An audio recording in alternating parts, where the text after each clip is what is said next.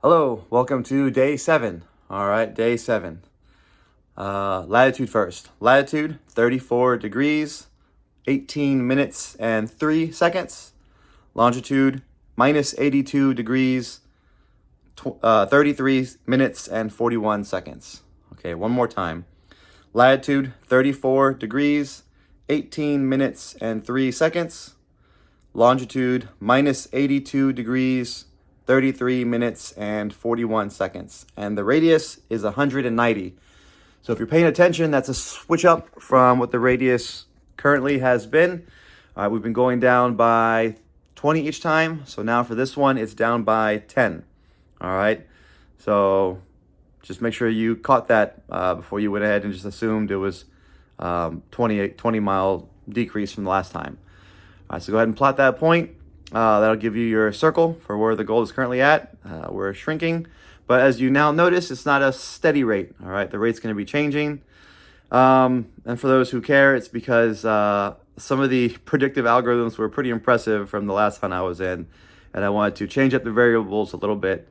Not to feel like we're stalling or dragging it out, but also just to give those of you who are building some sort of crazy model just a little bit of a twist of variables. All right. So I think it's still decreasing at a steady pace. I think the clues are coming along pretty well. I've seen some interesting guesses and interesting theories that are floating around the Discord, which if you haven't joined, you should probably join. All right, we're getting pretty serious. It's going to be narrowed down, and people are going to start actually, putting boots on the ground and searching areas here pretty soon. All right, so like this video, subscribe, share it. Anyone you know in the Southeast, anyone who likes adventure, treasure, gold, or puzzles, let them know this is going on. All right. Thank you. Good luck and be safe. Hello, my name is Francisco Drake, and I am here again for another episode of Advanced Card Tactics. All right, you can use these cards. You can use these card tactics for poker. You can use them for Go Fish. You can use them for Crazy Eights. Really, any kind of card game where you're holding cards in your hand. Okay. All right, so one of the first things I'm going to cover is pinky placement, all right? Now, if you'll watch a lot of the advanced pros, World Series of Poker and all that, pay attention to where they're putting their pinky, all right? If you're holding your cards in your hand, it's very important, you want to have support, especially if it's a long game, So look for, the pinky. Some like to do the under, where you have a little bit of a card peeking. All right, this is going to distract the opponent's eye, especially if the back of the cards have a brighter color. All right, you want a little flash underneath. All right, and switch it up, make them guess. Is it showing 1, 2, 3? How many are showing? All right, and what you can do is, you can fake a bluff or fake a tell by covering up with that pinky. All right, so cover up. If you're showing some, quickly cover it up. All right, that's going to really get into the headspace. All right, so for example, I'm holding, all right, this is the card, this is the hand that I'm holding. All right, you see we're dealt all black. All right, we've got 7, 8, 9, 9, 8, 6. All right, some people like to put their cards in order in their hand. That is a classic mistake. You're going to want your cards randomly in your hand. All right, now sometimes randomly means 2 cards together. Right, because that's the definition of random. It's just the way that they were dealt. That's the way you pick them up. All right, so again, first thing we're covering is the pinky. All right, so you have your cards, you hold them in your hand. All right, show a little bit. Oh, cover it up. All right. Now, an advanced tactic is to do a mid peek of the cards. That's advanced, and we're going to cover that next week. All right. So the 2 things for this first part of the lesson are the bottom corner of the cards. All right, remember, to get in the opponent's headspace, flash a little bit of the color. It's going to throw them off. And then you're going to want to remember when you're holding your cards, the order doesn't matter unless the order does matter.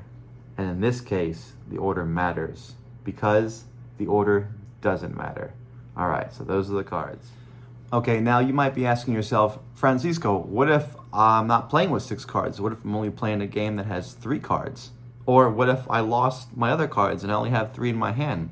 All right, this is where you can really play games with hiding your cards behind you. All right, when you have a lower amount of cards, the thickness is not going to be as apparent. All right, so you can really play around. Does he have 2?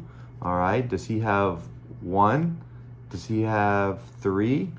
All right, you can really play around. All right, so for this instance, all right, my hand is, I got a, 4, king, 5. All right, red 4, red K, red 5. All right, so that's my hand this time. All right, so I'm gonna wanna, and you could even switch it up. All right, and remember the lesson we learned earlier, the corner peek. All right, now the corner peek is hard to pull off when you have only 3 cards. All right, so again, you're gonna wanna do those finger training drills that we talked about on the previous episode. If you haven't watched that, go back and watch it. All right, so 3 cards. Okay, I like to use my offhand finger to kind of put them back together. All right, but other people like to use a table, table bounce. All right, you can use both hands, really get all the fingers involved. It comes down to a player preference, but whatever you practice. All right, so make sure you practice what your preference is. All right, so once again, all right, this is the hand we're working with. All right, we got a red 4, a red K, and a red 5. All right, so 3 cards. That's what we're gonna use. All right, for the third section of this video, we're gonna tie everything that we learned together, all right, including previous lessons. All right, so for this hand, we're playing a 7-card hand, okay? So let's go ahead and show what we got here.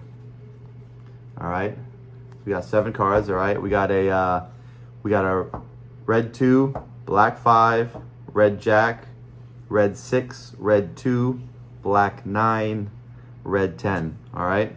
Those are the cards we're working with. But we're gonna make them work for us.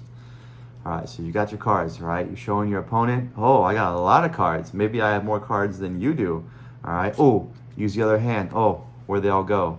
Now there's only 1 card. Or is there? Maybe you flash a little side, all right? Notice the bottom of the hand. Very tiny little piece of white, not red. Hide that up, it's gone, all right? All right, he looks at his cards. Maybe you bet a little bit. Oh, now we're opening. Okay, now we're showing the bottom here. All right, show the bottom. Bottom's gone. All right, table bounce. All the cards, other hand involved. Now there's only 1 card. Or is there? No, there's 7. All right. See how I put all those things together, what we learned? All right, and were you paying attention? The order, all right? Completely random order. It's chaotic, all right? We got the red 2, we got the black 5, red J, all right? Red 6, red 2, black 9, red 10, all right? That's the hand right there. So, practice what we went over, all right? Practice your finger drills, remember?